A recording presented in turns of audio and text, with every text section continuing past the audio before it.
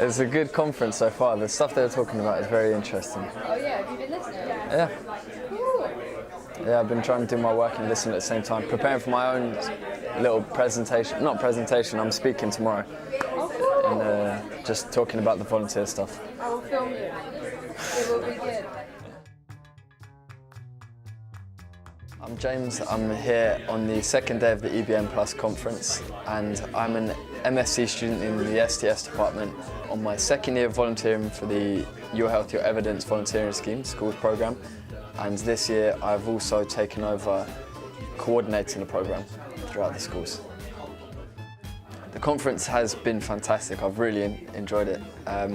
There's a whole load of people from a whole load of different countries and backgrounds from various epistemological jurisdictions, that's a good word. And it makes for really good introduction, really good conversation rather, really good discussions that are progressive, which I think is obviously the main thing here. So they are progressive discussions, and productive, and people come to interesting conclusions, and everything's contextualized in how findings and the results of these discussions can be applied in a real world scenario, and which has, to my mind, has been the case today. They've been very productive discussions.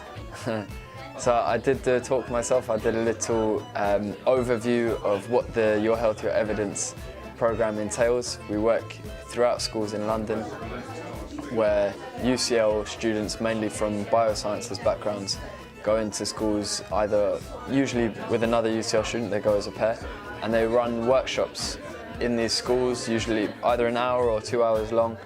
We cover case studies based on what the students who we're working with, the school students who are 16, 17-year-old, what they consider to be their most pressing healthcare concerns, and we contextualise it in a critical approach to evidence-based medicine. Volunteering has been great this year, as it was last year. I feel much more comfortable doing it this year, which I guess is natural, just second year of doing it. It's a really rewarding experience. I recommend it to everyone I come across, and everyone who has a slight inclination to do it, I really try and get them to do it, because it is rewarding. And this year with the students, we've been working on them to have a end of project presentation to either the year below or the 2 years below or 3 years below, based on what they've covered in the program. So they cover case studies, they cover principles of evidence-based medicine. So that provides something for the students to work towards. And for us as the volunteers, that gives us something to track their progress, which is, it's a really nice thing to be able to see how they're coming along, and just see them formulating and developing these presentations, which are very impressive. So hopefully next year we can just expand into more schools, if that's possible. So more schools where students can have that opportunity to take part in the program. This ultimate objective is to ensure that they can make informed healthcare decisions. I mean, it works as a CV booster, it can help their university applications, but that's not why we do it.